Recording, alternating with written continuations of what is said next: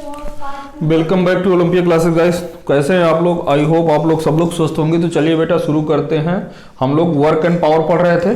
Work and power में आज कौन सा पार्ट है? Part number 2। तो ये रहा पार्ट नंबर 2। देखिए आज उसके आगे ही एक आपको क्वेश्चन दिया हुआ, क्या कह रहा है कि एक वस्तु का द्रव्यमान कितना है? m है। प्रारंभ में यह किस में है? विरामावस्था में है। इस पर कोई बल आरोपित किया जाता है जिसके कारण इसका t1 समय में वेग कितना हो जाता है? v वेग हो जाता है। ठीक है, कह रहा है तो कार्य को समय के रूप में लिखिए। देखिए यहां पर आपको क्या दिया हुआ है कि आपका जो वेग जो कण है बेटा, उस कण का जो द्रव्यमान है वो कितना है? m है। ठीक है, कह रहा है कि ये प्रारंभ में कैसे है? विरामावस्था में। मतलब u बराबर बेटा आपका कितना दिया है? 0। विरामावस्था का मतलब वस्तु चल नहीं रही है, और u क्या है बेटा? प्रारंभिक वेग है। ठीक है, कह रहा है कि इस पर कोई बल हमने क्या किया है? आरोपित किया है। क्या किया है बेटा? इस पर हमने कोई बल आरोपित किया है। तो हमने माना कि कौन सा बल आरोपित किया है? माना F बल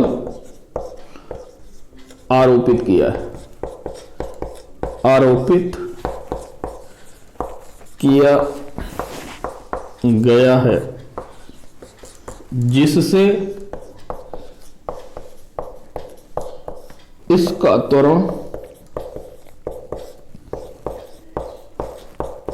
A हो जाता है। कितना हो जाता है?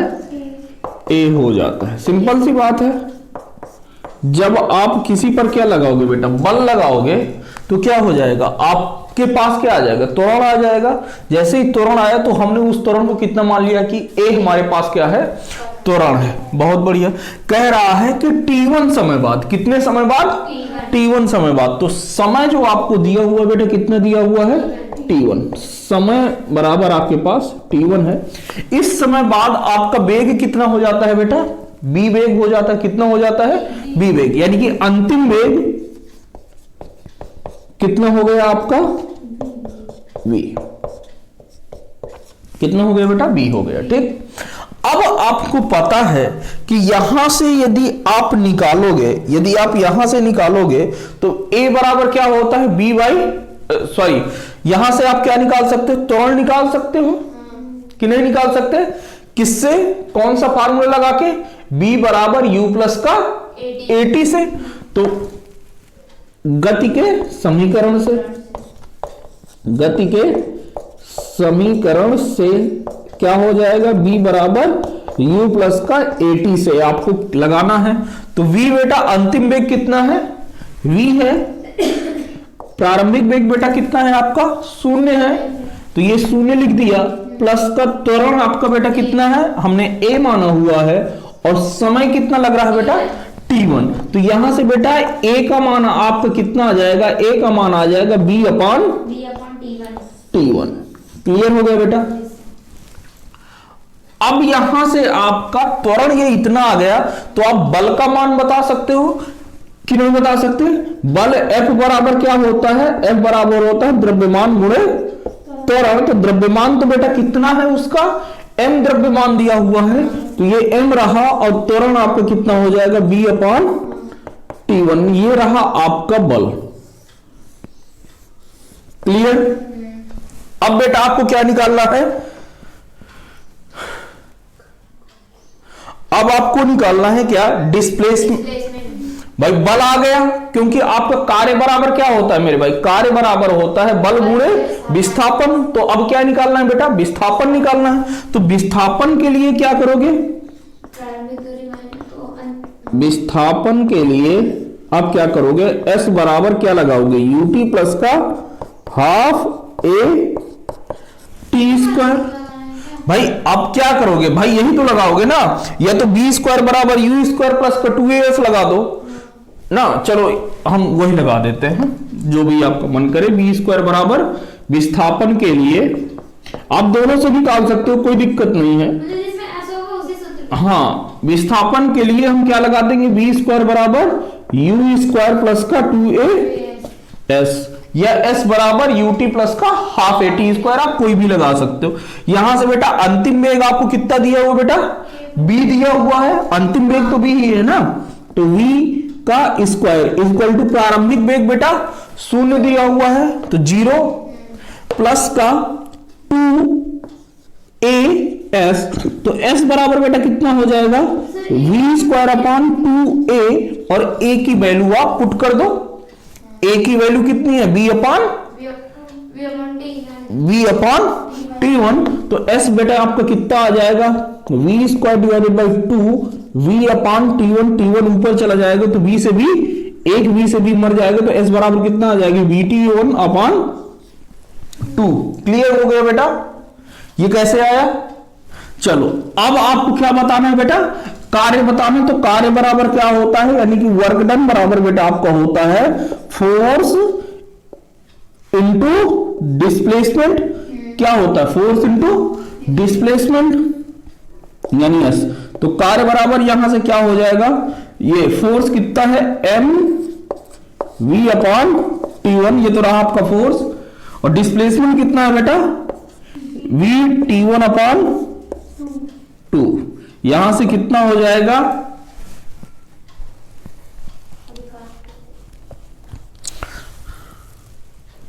सॉरी यहां पर तो ये हम क्या निकाले हैं, ये तो हम विस्थापन निकाल रहे हैं ना, क्या निकाल रहे हैं, विस्थापन निकाल रहे हैं, यही तो बात है। b बराबर क्या हो गया जाएगा यहां पर, b बराबर at होता है ना, b बराबर क्या होता है भाई, यहां से क्या आया था, b बराबर 80 ही तो आया था ना, b बराबर, हाँ तो यहां पर आप b का मान रख दीजिए, तो b का मान, अब चलो मैं यहीं पर रख देता हूं, तो b का मान जैसे ही हम रखेंगे तो कितना हो जाएगा, यहां पर ये a आप लिखा रहने दो, चलो ये ठीक है ना, इतना ठीक है, b square upon 2a, s बराबर आपका आया ना, b square upon 2a, b की जगह पे आप क्या लिख सकते हो, 80, हमने मान लिया कि भाई अंतिम में कितना है, t है, 80 divided by 80 divided by 2a, a से a क्या हो गया, कैंसिल, a से a क्या हो गया, कैंसिल कि नहीं, तो कितना बचेगा, t1 upon 2, t1 upon 2, sorry ये t1 है, तो s बराबर क्या हो जाएगा आपका, t1 अपॉन 2। अब आपको निकालना है कार्य, कार्य बराबर क्या होता है, फोर्स कितना है, बल गुणे विस्थापन बेटा, बल कितना है आपका, mb t1 इंटू विस्थापन कितना है, t1 बाई 2, t1 से t1 खत्म हो गया, ये कितना हो जाएगा, mb बाई 2, और v की वैल्यू बेटा कितनी हो जाएगी, v की वैल्यू हो जाएगी a t1, नहीं होगा, v बराबर a t1, तो a t1 divided by 2 into m, ठीक, ये आपका वर्क डन आ गया बेटा किसके रूप में, कार्य के रूप में। क्लियर हो गया, चलिए इसको लिखिए, फिर अगला क्वेश्चन करते हैं। देखिएगा अगला क्वेश्चन है बेटा, क्या कह रहा है कि एक वस्तु का द्रव्यमान कितना है बेटा, m है, कह रहा है कि इसका वेग कितना है, b बराबर k अंडर रूट s, जहां पर k क्या है बेटा आपका कांस्टेंट है, k क्या है कांस्टेंट है, लिखा है ना, k क्या है नियतांक है, और s क्या है बेटा आपका विस्थापन है। तो वस्तु पर लगने वाले सभी बलों के कारण क्या करना है, समय के कारण कार्य को किस में लिखना है, समय t के रूप में लिखना है। तो देखो बेटा यहां से क्या करेंगे, यहां से आपको बेटा क्या दिया हुआ है, वेग दिया हुआ है, क्या दिया हुआ है, वेग, b बराबर k under root of s, ये दिया हुआ है। इसका हम क्या करते हैं, इसको हम t के सापेक्ष, किसके सापेक्ष, टी के सापेक्ष। भाई देखो आपको पता होना चाहिए कि कार्य बराबर क्या होता है। कार्य बराबर आपका होता है, देखो बल गुणे विस्थापन।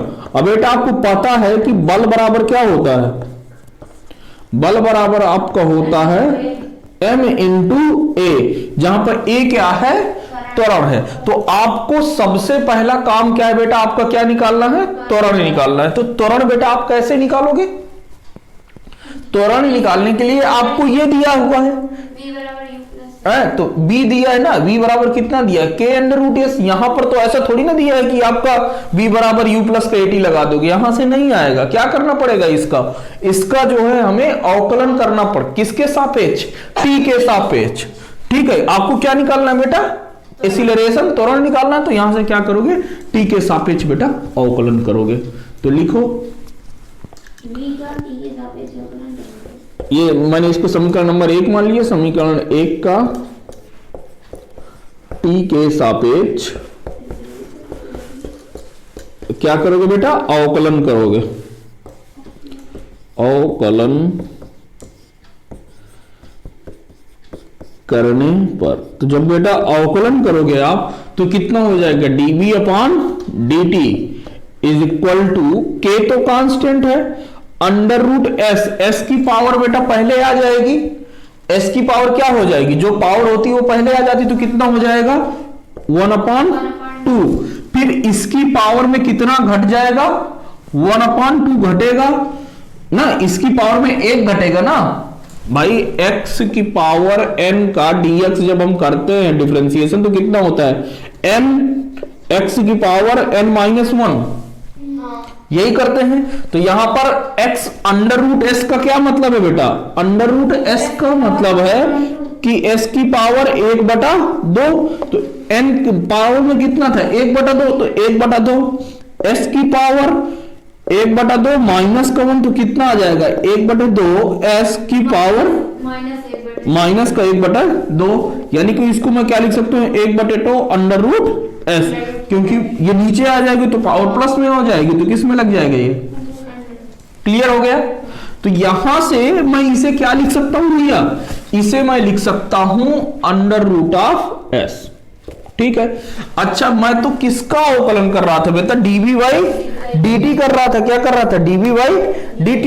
तो यहां पर तो ये as a dv by dt के रूप में, तो ये भी क्या है, अभी तो हमने इसका कर दिया, अब इसके अंदर यस भी तो है ना, तो एस का भी करना पड़ेगा भाई। यहां पर x की पावर, हाँ x की पावर n dx का आपने किया था तो कितना है, x की पावर n-1 इंटू n। ठीक है, इसके बाद आपने x का किया था तो कितना हो गया था, dx अपॉन dx, और dx upon dx equal to 1। तो इस वजह से यहां पर नहीं आया था, लेकिन यहां पर क्या हो जाएगा, हम तो t के सापेक्ष अवकलन कर रहे हैं ना, तो ds upon dt, ds upon dt, clear हुआ बेटा। अच्छा ds अपॉन dt बेटा क्या होता है, वेग होता है, ds अपॉन dt क्या होता है, वेग होता है, dv अपॉन dt बेटा क्या होता है, त्वरण होता है। तो a बराबर कितना हो गया आपका, k divided by 2 root s, और ds अपॉन dt कितना हो गया बेटा, वेग हो गया। वेग का वैल्यू यहां पर पुट करोगे तो कितना हो जाएगा, k upon 2 root s into k root S, root S से रूट एस खत्म हो जाएगा, तो a बराबर आपका कितना आ जाएगा, k स्क्वायर अपॉन 2। क्लियर हो गया बेटा। अब इसके बाद हम क्या लगा दे, s बराबर ut प्लस का हाफ at स्क्वायर, तो लगा दो। अब आपको क्या चाहिए, विस्थापन भी तो चाहिए ना, तो s बराबर क्या होता है, ut प्लस का हाफ a t स्क्वायर। तो s बराबर u कितना है, u तो आपका मतलब ये किससे चला है, ध्यान देखो, तो इसका कुछ वेग रहा होगा, तो यहां पर जैसे ही शुरुआत के समय में, जैसे ही बिल्कुल इनिशियल समय होगा बेटा, क्या होगा, इनिशियल समय नहीं, जब इनिशियल बात समझो, जब क्या होगा, इनिशियल समय होगा तो विस्थापन कितना होगा, t बराबर 0 पर, 0 होगा ना, t बराबर 0 पर विस्थापन कितना होगा, 0। तो ये इनिशियल वेग 0 प्लस का हाफ, a बेटा कितना है, के square upon 2 into T square, तो यहां से s बराबर आ जाएगा के square upon 4 into T square. Clear हो गया। अब आपको पता है कि वर्क डन यानी कि कार्य बराबर क्या होता है, वर्क डन बराबर आपका हो जाएगा कितना, फोर्स इंटू डिस्प्लेसमेंट। तो ये फोर्स कितना है बेटा, बल आपका m इंटू ए, तो m तो m ही है, द्रव्यमान कितना है m, त्वरण कितना है ये, तो m इंटू ए का मान के स्क्वायर अपॉन 2 इंटू डिस्प्लेसमेंट अभी कितना आया है, के square upon 4 into T square, तो ये आ जाएगा m के की पावर 4 अपॉन 8 टी स्क्वायर। ये आपका आ गया वर्क डन। क्लियर बेटा, नोट कर लीजिए इसे।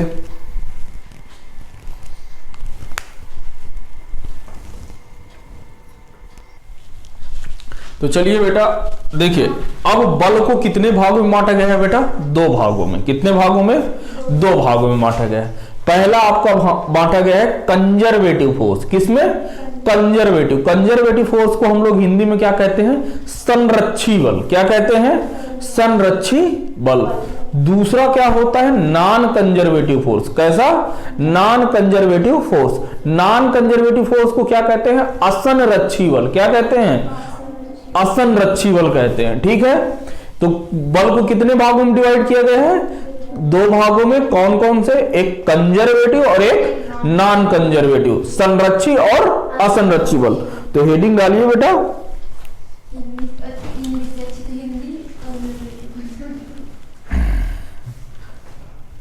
हेडिंग डालिएगा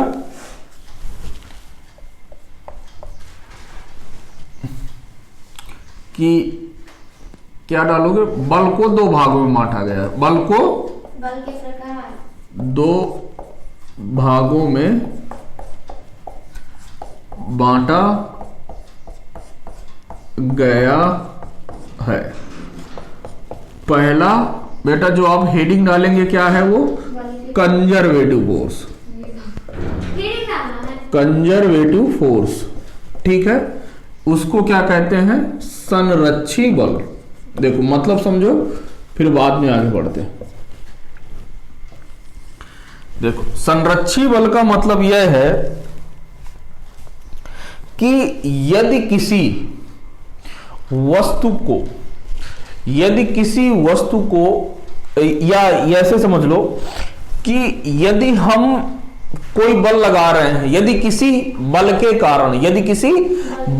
कारण क्लोज लूप में, किसमें, क्लोज लूप में, लूप क्या है, अभी बताएंगे सब समझ में आएगा। क्लोज लूप में किया गया कार्य क्या हो, शून्य हो। कैसा हो, शून्य हो। फिर से समझो, यदि किसी बल द्वारा किसी क्लोज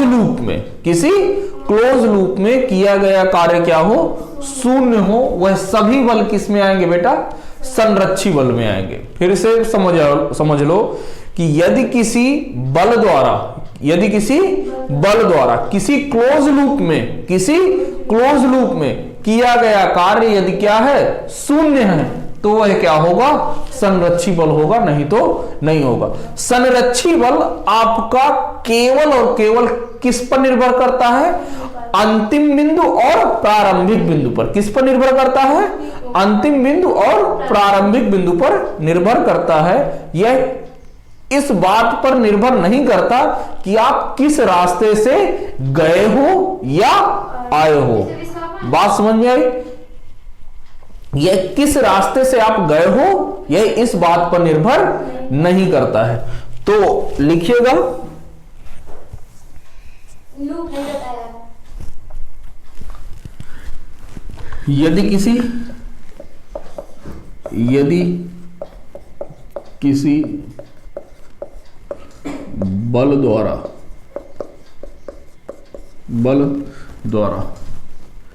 किसी बंद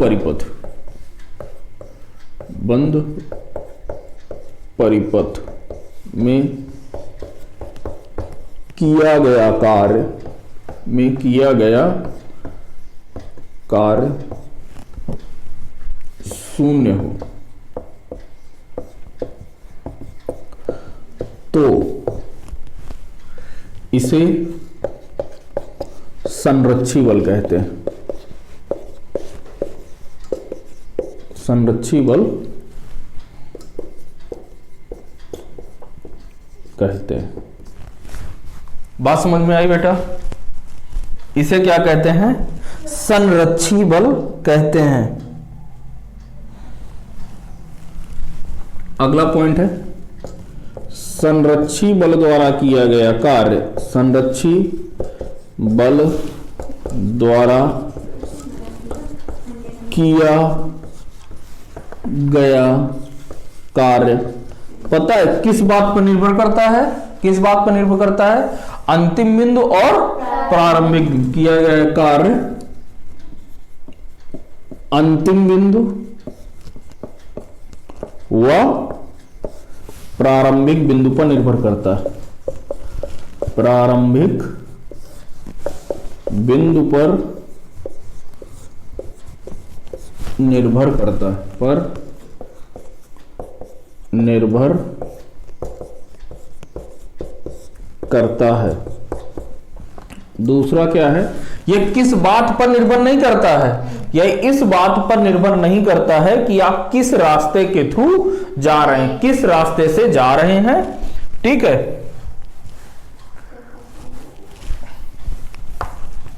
यह पथ पर निर्भर नहीं करता है, पथ पर निर्भर नहीं करता है, निर्भर नहीं करता है। यह पथ पर निर्भर नहीं करता है। देखो बात समझो, ये अभी जो बंद परिपथ वगैरह चल रहा था ये सब क्या था? ठीक है, जैसे मान के चलो कि आप इस पॉइंट पर हो पहले नंबर पर और ये हैं दूसरे नंबर पर, ये फर्स्ट नंबर है और आपका ये क्या है? Second number. ठीक है, आपको पॉइंट ए से कहां तक आना है? पॉइंट 2 तक आना है। पॉइंट 1 से पॉइंट 2 तक आना है। आप क्या करोगे? आपसे कहा गया तो आपने सीधी रेखा में चला और आपको यहां से यहां तक आने में कुछ कार्य करना पड़ेगा। हमने मान लिया कि इसे कितना कार्य करना पड़ रहा है बेटा? W1। कितना कार्य करना पड़ रहा है? W1। ये पहला रास्ता है। फिर दूसरा आपके पास ये रास्ता हो सकता है कि आप यहां से ऐसे आ जाओ। ठीक है, ये W2 हो गया। ठीक है, ये आप यहां से फिर ऐसे होके फिर यहां पर पहुंच गए। ठीक है, बात समझ में आई? तो ये आपके पास तीसरा रास्ता हो गया। इस पर कुछ कार्य करना पड़ेगा, इस पर कुछ कार्य करना पड़ेगा, इस पर कुछ कार्य करना पड़ेगा और इस पर कुछ कार्य करना पड़ेगा। यहां पर इसके क्या कहने का मतलब है कि बंद परिपथ ये किस बात पर निर्भर करता है बेटा? सिर्फ और सिर्फ किस पर? अंतिम बिंदु व प्रारंभिक बिंदु पर। मैंने पहले लिख दिया किस बात पर निर्भर करता है? अंतिम बिंदु। यानी अंतिम बिंदु का मतलब क्या है? अंतिम स्थिति और प्रारंभिक स्थिति पर निर्भर करता है। किस पर? स्थिति पर, पोजीशन पर निर्भर करता है। Initial position and final position पर। तो देखो हमें मतलब किससे है? आप ए से चले, मैं इसे ए मान ले रहा हूं, ठीक है ना? आप ए से चले बी पर पहुंच गए, ए से चले और आप बी पर पहुंच गए। ठीक है, आपने 3 रास्ते, 3 व्यक्ति थे, 3 रास्ते चले। ठीक है, ये W1, ये W2 और ये W3, तीनों व्यक्ति ए से चले हैं और बी पर पहुंचे हैं। ठीक, लेकिन अब यहां पे क्या है कि यह किस पर निर्भर नहीं करता है? यह पाथ पर तो निर्भर करता नहीं कि आप किस रास्ते से आए हो। बात समझ रहे हो? यह इस बात पर निर्भर तो कर ही नहीं रहा ना कि आप किस रास्ते से आए हो। तो यानी कि इस केस में क्या हो जाएंगे? सभी W1, W2, W3 क्या हो जाएंगे? बराबर हो जाएंगे। क्यों? क्योंकि इनके लिए प्रारंभिक बिंदु और अंतिम बिंदु क्या है? समान है। अतः इनका W1, W2, W3 क्या हो जाएगा? समान हो जाएगा। यानी कि W1 is equal to W2 is equal to W3। Clear हुआ बेटा? लिख लीजिए। जैसे इसका एग्जाम्पल इन बलों का, जैसे एग्जाम्पल की बात करें तो क्या हो जाएगा? ग्रेविटेशनल फोर्स, गुरुत्वीय बल।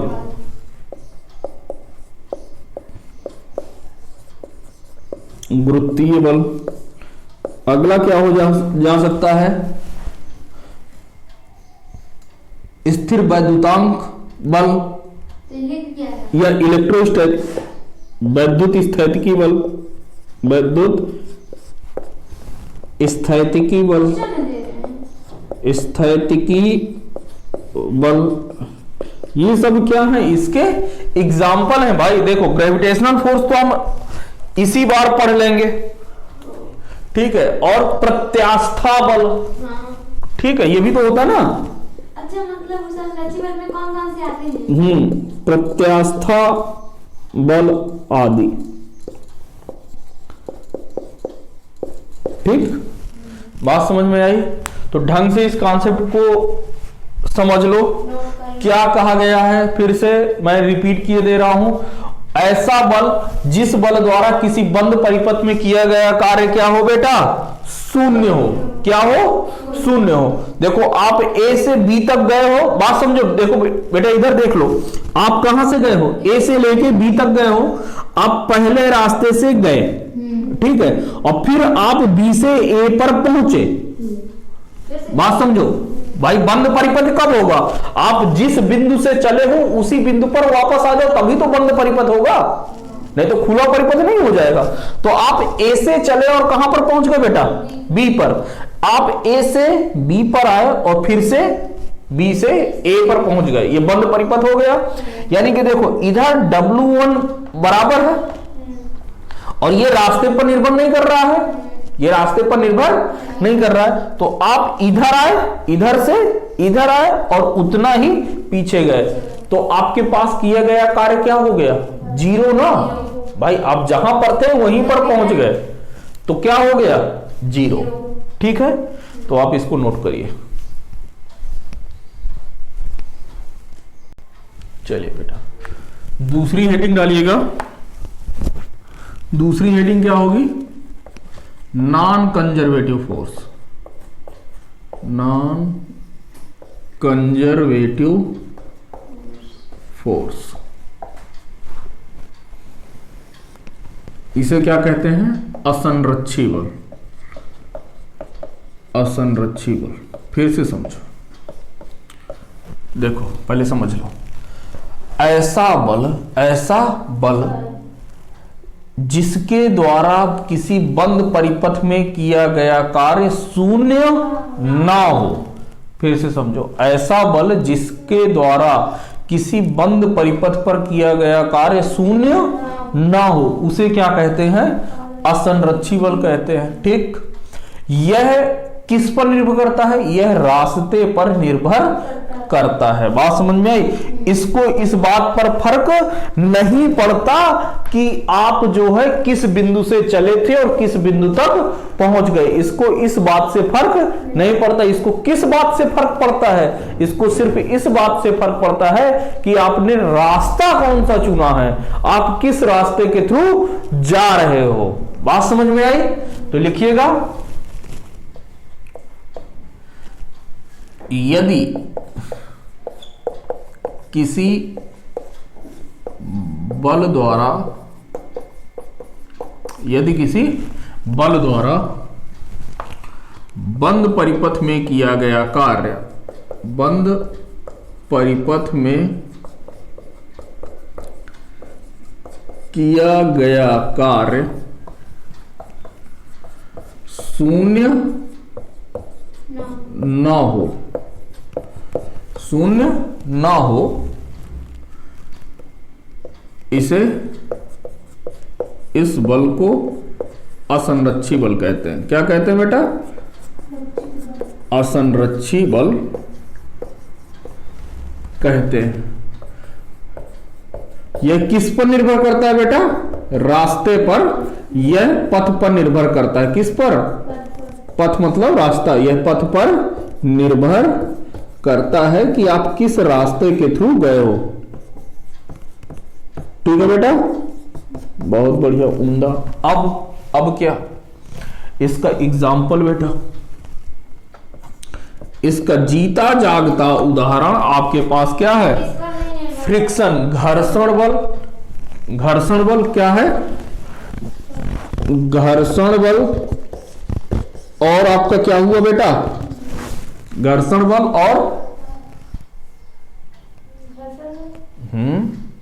और आपका श्यान बल क्या है? ये क्या होता है? श्यान बल। यार देखो, मुझे इसको हिंदी में श्यान ही बोलते हैं या कुछ और बोलते हैं, लेकिन इसको इंग्लिश में बोलते हैं विस्कस फोर्स। इंग्लिश में विस्कस फोर्स, हिंदी में तो श्यान बल होगा। ठीक है, श्यान बल ही होता है, विस्कस फोर्स है, विस्कस फोर्स। वो उसमें बीमा में पढ़े हैं श्यान बल। ठीक है, हाँ तो अच्छी बात है। तो ये सब क्या है? ये ठीक है। ये किस पर निर्भर नहीं करता है बेटा? यह स्थिति पर निर्भर नहीं करता है कि इसको किस जगह से किस बिंदु तक जाना है। यह किस पर निर्भर करता है? आपने रास्ता कौन सा चुना है, यह इस बात पर निर्भर करता है। क्लियर हुआ? विस्कस की स्पेलिंग क्या है? VISCOUS। ये ओ है। हाँ, विस्कस फोर्स। और ये आपका एटसेट्रा ETC आदि। ठीक, अब देखो बात समझो। यहां पर ये क्या कह रहा है कि आपने बिंदु A से चला और बिंदु A पर पहुंच गए। ठीक है, आप 3 व्यक्ति थे। यहां से ये W1 पहला व्यक्ति चला है बेटा, यहां से कोई दूसरा व्यक्ति ऐसे आता हुआ चला है, दूसरा व्यक्ति W2, तीसरा व्यक्ति आपका कुछ ऐसे आता हुआ चला है। तो इस केस में तीनों बल क्या होंगे बेटा? डिफरेंट होंगे, समान नहीं होंगे। क्यों? क्योंकि बेटा ये किस पर निर्भर कर रहे हैं? रास्ते पर निर्भर कर रहे हैं। तो W1 बराबर is not equal to W2 is not equal to W3। Note करिए, फिर आगे बढ़ते हैं। देखिए, तो अब जो है हम एक कंजर्वेटिव फोर्स का एग्जांपल ले रहे हैं, फिर उसके थ्रू समझते हैं क्या होता है। ठीक है, तो देखो आपने क्या किया, जैसे ध्यान से समझना। आपने क्या किया है कि यहां पर आपने क्या किया है कि एक कण को ऊपर की ओर फेंका है। क्या किया है? ऊपर की ओर फेंका है। और यह बिंदु कहां से जाता है? H ऊंचाई तक जाता है। कहां तक जाता है? H ऊंचाई तक जाता है। कितना जाता है बेटा? H ऊंचाई तक जा रहा है। और आपने इसको क्या किया है? ऊपर की ओर फेंका है। अब इस कण का द्रव्यमान बेटा कितना है? मान लिया कि इसका द्रव्यमान बेटा कितना है? M है। कितना है? M है। क्लियर है? इस कण को आपने किस वेग से फेंका है? U वेग से फेंका है। और यह बिंदु पॉइंट A से पॉइंट B तक बेटा क्या हो जा रहा है? गति कर रहा है। क्या कर रहा है? गति कर रहा है। पॉइंट A से चलना हमने फेंका इसे, और कहां पर पहुंच रहा है बेटा? ये पॉइंट B पर पहुंच रहा है। क्लियर हुआ? इस कण का द्रव्यमान कितना है बेटा? A है। बात समझ में आया? तो अब आप मुझे बताओ, इस कण का भार किधर लगेगा? नीचे की ओर। कितना लगेगा? M into G। तो इसका भार यानी कि वेट किधर लगेगा बेटा? mg, नीचे की ओर लगेगा। क्लियर हुआ? विस्थापन बेटा आपका किधर है? ऊपर की ओर है। यानी कि कार्य बराबर क्या होता है बेटा? कार्य बराबर बल गुणे विस्थापन। यही होता है कि कुछ और होता है बेटा? यही होता है बल, यानी कि Fs cos थीटा क्या होता है? यही होता है Fs cos थीटा। F क्या है बेटा? आपका बल है। और इस पर बल बेटा कितना लग रहा है? mg। कितना लग रहा है? mg। तो mg तो बेटा किधर लग रहा है? नीचे की ओर लग रहा है। किधर लग रहा है? नीचे की ओर। और ये आपका विस्थापन कितना हो रहा है बेटा? h। तो विस्थापन h और F के बीच का एंगल कितना है बेटा? 180 डिग्री। भाई देखो ना, बात समझो। फोर्स इधर नीचे की ओर लग रहा है और विस्थापन आपका ऊपर की ओर लग रहा है। यानी कि ये एंगल कितना हो गया बेटा? 180 डिग्री। कितना हुआ बेटा? 180 डिग्री। यानी कि cos 180 बराबर माइनस का 1 होता है। यानी कि ये वर्क डन कितना हो गया? mgh। ये वर्क डन बाई किसके आ गया? ग्रेविटेशनल फोर्स के, गुरुत्वीय बल के कारण बल, ग्रेविटेशनल फोर्स। ठीक है? क्लियर हुआ? अब देखो, मैंने आपको क्या बताया? क्लोज लूप वाला कॉन्सेप्ट बताया ना। क्लोज लूप का मतलब क्या था कि आप जिस बिंदु से चलो उसी बिंदु पर आ जाओ। अभी आपने कहां से कहां तक निकाला था, ए से लेके बी तक, ए से लेके बी तक गए हो बेटा, कहां पर गए हो, ए से लेके बी तक गए हो। अब आपको बंद परिपथ बनाना है यानी कि क्लोज लूप बनाना है, तो आप क्या करोगे, अब आपको बी से ए पर आना पड़ेगा, तभी तो आप जहां से चले थे वहीं पर आ गए। ठीक है, यानी कि अभी तो आपने ए से लेके बी के लिए किया, अब आप जो है किसके लिए, तो work done by gravitational force,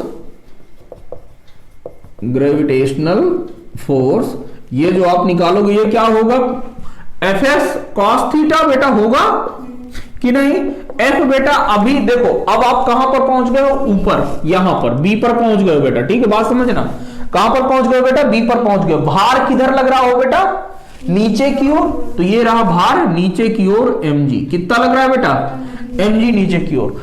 अब देखो आप बी से किधर आ रहे हो बेटा, नीचे की ओर आ रहे हो, यानी कि विस्थापन भी आपका किधर हो रहा है, नीचे हो रहा है, विस्थापन भी किधर हो रहा है बेटा, नीचे हो रहा है, यानी कि mg और विस्थापन कितना होना है, h, mg h और cos 0। क्यों 0 बेटा, क्योंकि देखो बल आपका इसी डायरेक्शन में नीचे लग रहा है बेटा, और विस्थापन भी तो आपका इसी डायरेक्शन में हो रहा है ना, h हो रहा है इसी डायरेक्शन में, नहीं आई बात समझ में। अरे भाई आपने जो कण फेंका था वो बी पर पहुंच गया मैक्सिमम हाइट पर, अब वो नीचे आएगा कि नहीं आएगा, नीचे आएगा तो उसका भार किधर लगेगा, नीचे की ओर, और नीचे की ओर आ रहा है तो विस्थापन भी तो नीचे ही है, नीचे की ओर क्या है बेटा, विस्थापन भी है, तो दोनों का तीर एक जैसे है, मतलब सब सीधे है, सीधे है, तो एंगल कितना हो जाएगा इन दोनों के बीच, एंगल कितना हो गया, 0, तो cos 0 बराबर 1, तो mg h, work done by gravitational force, gravitational force is equal to mg h। ठीक है, अब समझो ये किसके लिए आया है बेटा, ये आया है बी से ए के लिए। ठीक, अब देखो, अब यदि आपसे कह दे कि ऊपर से नीचे से ऊपर जाने और ऊपर से नीचे आने में कुल कितना कार्य किया गया है, तो यानी कि आपने वर्क डन निकाला, work done by gravitational force, किसके कारण, ग्रेविटेशनल फोर्स के कारण, किसके लिए, क्लोज लूप के लिए। क्लोज लूप मतलब ए से गए बी पर और बी से फिर आ गए ए पर, ए से गए बी पर और बी से फिर आ गए ए पर, तो ये बराबर बेटा कितना हो जाएगा, देखो work done from A to B, यही होगा, plus work done from B to A, भाई दोनों को जोड़ दे, तो ये कितना था बेटा, ए से बी तक माइनस का mgh, तो माइनस का mgh प्लस का mgh, और ये बराबर क्या हो गया, 0, ये प्लस का है ये माइनस का है, तो क्या हो गया, 0 आ गया कि क्लोज लूप में किया गया वर्क डन क्या हो रहा है, 0, मतलब कि ग्रेविटेशनल फोर्स कैसा है, संरक्षीबल है, कंजर्वेटिव फोर्स है। ठीक, छापो बेटा इसे, जब 0 आ जाएगा पूरे का, देखो अब क्या करना है, अभी आपने क्या बेटा सीख लिया, वर्क डन 0 सीख लिया आपने, क्या सीख लिया, वर्क डन 0 कैसे होता है, किस फोर्स में होता है, किस सिचुएशन में होता है। अब देखते हैं कि वर्क डन नॉन जीरो कैसे होगा, वर्क डन नॉन जीरो कैसे होगा, बात समझो। जैसे माना ये हमने क्या माना बेटा कि यहां पर आपका ये एक द्रव्यमान, ये एक सतह है बेटा, इस पर m द्रव्यमान हमने क्या कर दिया है, रख दिया है, m द्रव्यमान बेटा क्या किया है, इस पर रख दिया है, और ये इस द्रव्यमान को पॉइंट ए से कहां पर लेके जा रहे हैं, पॉइंट बी तक हम लेके जा रहे हैं, ये रहा पॉइंट बी। ठीक है, इनके बीच की दूरी बेटा कितनी है, मान लिया कि इनके बीच की दूरी बेटा कितनी है, d है, कितनी है बेटा, d है। ठीक है, अब देखो बेटा ये जो सरफेस है कैसी है बेटा, खुरदुरी है, कैसी सरफेस है, खुरदुरी है, यानी कि रफ सरफेस है, कैसी है बेटा, रफ सरफेस। रफ सरफेस का कोफिशिएंट कितना है, फ्रिक्शन कोफिशिएंट म्यू है, कितना है, म्यू, ये रहा। ठीक, अब इसको ए से लेके बी तक लाना है, इस पर हमने एफ फोर्स लगाया। क्या लगाया? F force. बात समझे? अब देखो इस पर एफ हम लगा रहे हैं तो पीछे की ओर बेटा क्या लग रहा होगा? Friction force. क्या लग रहा होगा? Friction force. तो अब हमें निकालना है कि फ्रिक्शन फोर्स द्वारा, देखो फ्रिक्शन फोर्स द्वारा ए से लेके बी तक आने में कितना कार्य किया गया। लिखिएगा घर्षण बल द्वारा, घर्षण बल द्वारा ए से बी तक आने में किया गया कार्य, आने में किया गया कार्य। अब देखो बेटा, देखो ये कार्य बराबर क्या होता है बेटा? Force into S cos theta, force into displacement, यही तो होता है। बल गुणे विस्थापन एफ एस कॉस थीटा। हो गया बेटा। अच्छा अब यहां पर बेटा किसके द्वारा कार्य निकालना है? ध्यान से देख लो, किसके द्वारा निकालना है? घर्षण बल द्वारा। किसके द्वारा? घर्षण बल द्वारा। तो इधर देखो, आप आगे आ रहे हो तो बेटा घर्षण बल किधर लगेगा? पीछे की ओर। तो ये रहा बेटा घर्षण बल। ध्यान समझो, ये क्या रहा?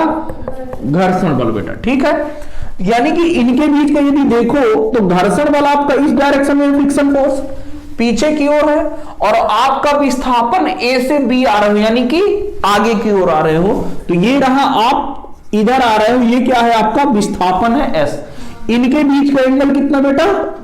180, यानी कि वर्क डन अभी भी कितना आ जाएगा? माइनस का एफ एस, माइनस का एफ एस, क्योंकि cos थीटा बराबर कितना है? 180 डिग्री। तो cos 180 डिग्री कितना होता है बेटा? -1। वैल्यू पुट किया, कोई बात नहीं। ठीक है, ये इसको आप पहला मान लो। मान लिया बेटा। अब आप क्या कर रहे हो बेटा कि अब आप जो है कहां पर आ गए हो बेटा? बी पर आ गए हो। कहां पर आ गए हो? बी पर अब आप आ गए हो, ये आप आ गए बी पर, और यहां से पुनः एक बल लगा करके आपको कहां पर जाना है? ए पर जाना है। कहां पर जाना है बेटा? ए पर जाना है। कहां पर जाना है? ए पर। पॉइंट ए पर आप लोग पहुंच गए, और यहां से लेके यहां तक की दूरी अभी भी कितनी है बेटा? डी है। सॉरी, इसको डी करो, एफ एस की जगह पे एफ डी करो ना। ठीक है, अरे भाई दूरी तो डी है। ठीक है, चलो अब देखो आपको कहां से जाना है बेटा? बी से ए। अभी तक आप कहां से आए थे? ए से बी। तो बी को पहले इधर रख दीजिए। अब आपको कहां से जाना है? बी से ए जाना है। भाई वापस लौट रहे हो ना भाई, क्लोज लूप कब बनेगा? हमें पता है, आप ए की जगह बी लिख दिए, बी की जगह ए लिख दिए। तो कोई नहीं, बस हो गया, वही तो है, ए से बी, बी से। ठीक है, आप कहां पर पहुंचो? अब आपको किधर जाना है? बी से ए की ओर जाना है। किधर जाना है? बी से ए की ओर जाना है। तो आपने इधर बल लगा दिया बेटा। अब ये किधर जाना है बेटा? इधर जाना है। तो अब आपका फ्रिक्शन फोर्स किधर लगेगा? पीछे की ओर लगेगा फ्रिक्शन फोर्स। अब आपका विस्थापन बेटा किधर है? उस ओर है। तो वर्क डन बेटा कितना हो जाएगा? ये तो किसके लिए आया था? ए से बी के लिए। अब वर्क डन किसके लिए? बी से ए के लिए। तो वर्क डन फिर से एफ डी कॉस थीटा, और यहां पर भी केस में कितना हो जाएगा? देखो फ्रिक्शन फोर्स इस बार किधर है? इस डायरेक्शन में, और डिस्प्लेसमेंट आपका डी किधर है बेटा? इस डायरेक्शन में। एंगल अभी भी कितना है? 180 डिग्री। तो ये कितना हो जाएगा? बी से ए। तो ये कितना हो जाएगा? एफ डी, और cos 180 का मान माइनस, तो ये रहा माइनस, ये रहा 2। ठीक है, अब आपसे यदि पूछे कि ए से बी तक गया और फिर बी से ए तक आया, तो इसको आने और जाने में कितना काम करना पड़ा? किसके द्वारा? घर्षण बल द्वारा कितना कार्य किया गया? तो इनको क्या कर दोगे? आपस में जोड़ दोगे। भाई यही तो करते थे ना। नेट वर्क डन फ्रॉम ए से बी और फिर बी से ए, यही तो था। ये कितना हो जाएगा?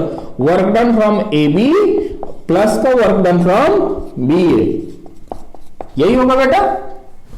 भाई ए से लेके बी तक गए, अब फिर बी से लेके ए तक जोड़ दिए, तो भाई पहले आगे आए फिर पीछे गए, तो उनको जोड़ दिए, तो कितना हो गया? माइनस का एफ डी और माइनस का एफ डी, तो ये आपस में जुड़कर कितना हो गया, माइनस का 2ft। क्या ये बेटा जीरो हुआ? नहीं हुआ ना, इस बार तो जीरो नहीं है। यानी कि ऐसा फोर्स जिनका क्या हो, क्लोज परिपथ में, क्लोज्ड लूप में वर्क डन जीरो ना हो, उसे क्या कहते हैं, नॉन कंजर्वेटिव फोर्स। क्या कहते हैं बेटा, नॉन कंजर्वेटिव फोर्स। छाप लीजिए। देखो बेटा, अब यदि आपको दे दे, ठीक है, यदि आपको दे दे कि ये रहा फोर्स F बराबर, मान के दे दे कि एक्स आई कैप प्लस का वाई जे कैप, ये दे दे, ठीक है, आपको ये फोर्स दे दे F बराबर एक्स आई कैप प्लस का 4 जे कैप, सॉरी वाई जे कैप, और यह पूछे कि यह आपका संरक्षी बल है कि असंरक्षी बल, मतलब कंजर्वेटिव फोर्स है कि नॉन कंजर्वेटिव फोर्स। तो इसके लिए देखो क्या करते हैं, ध्यान से समझो, नोट डालो और लिखो। देखो यहां पर क्या हो जाएगा बेटा कि अब आपने क्या किया कि जैसे मान के चलो कि लिखो दिया है F बराबर आपका कितना है, एक्स आई कैप प्लस का वाई जे कैप, ठीक है। ये इस रूप में आपको क्या दिया है बेटा, प्लस का जेड के कैप, प्लस का जेड के कैप। क्लियर हुआ बेटा? क्या दिया हुआ है, F बराबर एक्स आई कैप प्लस का वाई जे कैप प्लस का जेड के कैप, ठीक है।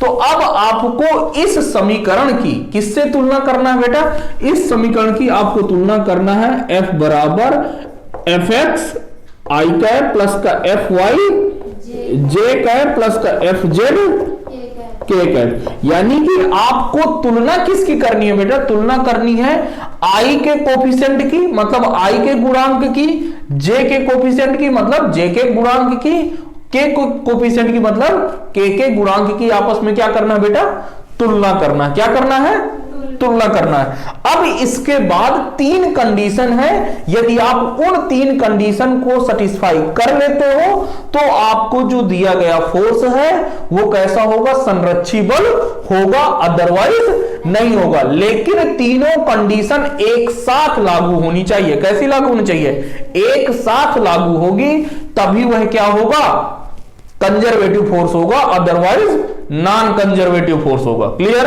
तो देखो पहली कंडीशन क्या है, पहली कंडीशन है कि आपको इसका ये जो एफ एक्स है ना, ये एफ एक्स मतलब del of F X divided by del Y, X के इसका वाई के सापेक्ष क्या करना है, अवकलन करना है। क्या करना है बेटा, इस वाले का किसके सापेक्ष करना है, y के सापेक्ष का, इस x वाले का किसके सापेक्ष करना है, y के सापेक्ष, और y वाले का बेटा किसके साथ करना है, x के सापेक्ष। किसके सापेक्ष करना है, x के सापेक्ष। और यदि यह दोनों क्या आते हैं, बराबर आते हैं, तो इसके साथ 2 कंडीशन और है बेटा। क्या सा, अब यदि आपने किसका अवकलन किया, आपने किया del F X upon Z का, तो ये बराबर हो जाएगा del F Z divided by del X. ये डी है बनाया कि डेल डेल डेल डेल का मतलब क्या है, पार्शियल आंशिक अवकलन। क्या कहते हैं इसे, पार्शियल डिफरेंशिएशन या आंशिक अवकलन। इसका चिन्ह भी बताना, तो ये है तो कैसे अच्छे से बनाई पड़ा, ये उल्टा से। ठीक। अब देखो बेटा ये क्या हो जाएगा, हमने x का किसके साथ, y के साथ कर लिया, x का z के साथ कर लिया। अब कौन सा बचा है, y बचा है, किसके साथ मिल रहा है, z के साथ। तो del of F Y divided by del Z is equal to del Z, del F Z, sorry del F Z divided by del Y. ठीक है, इन सब का क्या करना है बेटा, आंशिक अवकलन। यदि यह तीन कंडीशन एक साथ सेटिस्फाई हो, एक साथ सेटिस्फाई होने का मतलब क्या हुआ, यूनियन, इंटरसेक्शन, यूनियन नहीं लेना, क्या लेना है, इंटरसेक्शन। इसका मतलब यह कैसे होंगे बेटा, कंजर्वेटिव फोर्स। इसका मतलब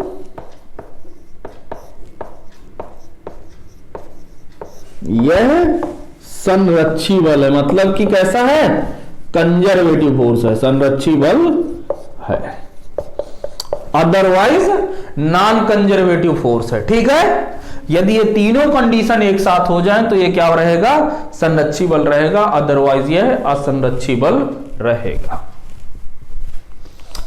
ध्यान दो, इसको क्या करना है, Fx का किसके सापेक्ष करना है, y के सापेक्ष, Fy का x के सापेक्ष। ठीक, दूसरा किसको करना है, Fx का z के सापेक्ष और Fz का x के सापेक्ष, फिर Fy का z के सापेक्ष और Fz का y के सापेक्ष। ठीक है, ये तीन कंडीशन यदि एक साथ बेटा लगनी चाहिए, कैसे लगनी चाहिए, एक साथ, तभी जीरो होगा, अदरवाइज नॉन जीरो होगा। ठीक है, मतलब कंजर्वेटिव फोर्स होगा, अदरवाइज नहीं होगा। ठीक है, अब देखिए इसका एक एग्जांपल करते हैं और फिर आगे पढ़ेंगे। ठीक है, नोट करो इसे, फिर आगे बढ़े। देखिए, now it is the last question of the lecture. जैसे मान के चलो आपको बेटा फोर्स दिया हुआ है, क्या दिया हुआ है, फोर्स दिया हुआ है, ये आपको दिया हुआ है, ध्यान से समझो, एक्स जे कैप प्लस का वाई आई कैप, क्या दिया हुआ है, एक्स जे कैप प्लस का वाई के कैप, ये बस इतना बस आपको दिया हुआ है, एक्स जे कैप प्लस का वाई आई कैप। ठीक है, यानी कि बेटा अब इसको आपको बताना है कि यह संरक्षी बल है या असंरक्षी बल, मतलब आपको क्या बताना है कि यह संरक्षी बल है या नहीं, संरक्षी बल या असंरक्षी बल, या असंरक्षी बल। देखो बेटा बहुत ही आसान, देखो कैसे करोगे। सबसे पहले मैंने आपको क्या बताया था कि इनकी तुलना करेंगे, किससे, F बराबर एफ एक्स आई कैप प्लस का एफ वाई जे कैप, क्या करेंगे, इसकी जो है तुलना करेंगे, ये जो दिया हुआ आपकी बल की इक्वेशन है इसकी तुलना करेंगे बेटा किससे, F बराबर एफ एक्स आई कैप प्लस का एफ वाई जे कैप के साथ। किससे करेंगे, एफ वाई जे कैप के साथ। किसकी तुलना करते हैं बेटा, एक्स सॉरी आई और जे और के कैप के गुणांकों की तुलना करते हैं। किसकी तुलना करते हैं, गुणांकों की। तो बेटा यहां पर देखोगे तो आई कैप बेटा आपके साथ किसके साथ दिया हुआ है, वाई के साथ। आई कैप किसके साथ दिया हुआ बेटा, वाई के साथ, यानी कि एफ एक्स इस बार आपका क्या हो जाएगा, ये एफ एक्स क्या रहा, ये। ठीक, एफ एक्स कितना है, वाई है। अब यहां से देखो तो जे किसके साथ है बेटा, जे तो x के साथ है, यानी कि एफ वाई की जगह पे बेटा क्या है, x है, एफ वाई की जगह पे क्या है, x है, ये रहा एफ वाई। अब मैंने आपको क्या बताया था कि आपको क्या करना है, del F X upon del Y. F X का क्या करना है, इज इक्वल टू, इसको किसके बराबर करना है, del F Y upon del X. ये हो गया बेटा। अब देखो पहले ध्यान से देख लिया करो, अब क्या होगा, x का किसके सापेक्ष करना है, y के सापेक्ष। किसका करना है, fx का, fx यहां पर क्या है, y है, क्या है, y है। जब y का y के सापेक्ष अवकलन करोगे बेटा कितना आएगा, 1। कितना आएगा, 1, यानी कि ये रहा 1। ठीक है, बराबर। अब किसका करना है, fy का करना है किसके सापेक्ष, x के सापेक्ष। तो यहां पर fy की जगह पे क्या है, x है, तो x का x के सापेक्ष करना है, मतलब कितना हुआ, 1। यानी कि पहली समीकरण तो क्या हो गया हमारा, मिल गया, पहला क्या हुआ, मिल गया। अब क्या करना है बेटा, 2 और करने हैं, 2 और करने हैं, ये तो बराबर हो गया। दूसरा क्या करना है, del F Z divided by del X is equal to del F X divided by del Z, यही होगा। ठीक है, तो जेड बेटा कुछ है नहीं, जेड नहीं है मतलब क्या हुआ बेटा, जीरो। तो जीरो का किसी के सापेक्ष भी क्या करोगे वो, तो जीरो आएगा, तो ये जीरो रहा। बहुत बढ़िया। अब देखो, अब आपके पास क्या दिया हुआ बेटा, del F X, F X का किसके सापेक्ष करना है बेटा, डीजेड के खिलाफ, डीजेड के सापेक्ष, तो किसके साथ पास जाना है, एक्स के, एक्स के पास गए एफ एक्स के पास, तो ये क्या है, वाई, ये तो क्या है, जेड है। यानी कि इसको क्या दिखेगा, इसको दिखेगा कि ये इसके लिए क्या है, कांस्टेंट है, क्या है, कांस्टेंट है, और कांस्टेंट का अवकलन मैंने क्या बताया है, जीरो होता है। यानी कि ये भी क्या हो गया, जीरो, मतलब जीरो बराबर जीरो। अब आपके पास क्या बचा बेटा, तीसरा, क्या बचा बेटा, तीसरा, ध्यान से समझो, तीसरा क्या हो जाएगा, del F Y divided by del Z is equal to del F Z divided by del Y. Clear. अब एफ वाई की जगह पे क्या है बेटा, एफ वाई की जगह एक्स है, और डेल जेड के सापेक्ष इसका करना है, मतलब जेड के सापेक्ष अवकलन करना है। जब जेड इसको देखेगा तो इसको क्या दिखेगा, केवल एक्स दिखेगा, तो ये कह देगा कि यह तो मेरे लिए क्या है, कांस्टेंट है, और कांस्टेंट का अवकलन क्या होता है, जीरो। इसी तरीके से ये एफ जेड तो है ही नहीं, तो मतलब कि जीरो हुआ, जीरो का किसी के सापेक्ष भी करो तो क्या आएगा, जीरो। अब यानी कि ये तीनों क्या है, बराबर है, तीनों आपस में, मतलब ये ऐसा नहीं है कि ये बराबर हैं, हाँ। कि पता चला एक एक बराबर है, जीरो जीरो बराबर है, जीरो जीरो बराबर है, तो आप कह दो कि सर ये बराबर नहीं है, दो जीरो आ रहे हैं और एक एक आ रहा है, नहीं, इनको बराबर होना चाहिए आपस में, ठीक है। तो यदि ये तीनों बराबर हैं तो कैसे होंगे, संरक्षिबल, मतलब कि यह कैसे हैं, संरक्षिबल, अदरवाइज नॉन संरक्षिबल, तो ये कैसे हो जाएंगे, कंजर्वेटिव फोर्स, कंजर्वेटिव फोर्स। तो चलिए मिलते हैं आपसे अगले लेक्चर में, पढ़ाई करते रहिए, ऑल द वेरी बेस्ट।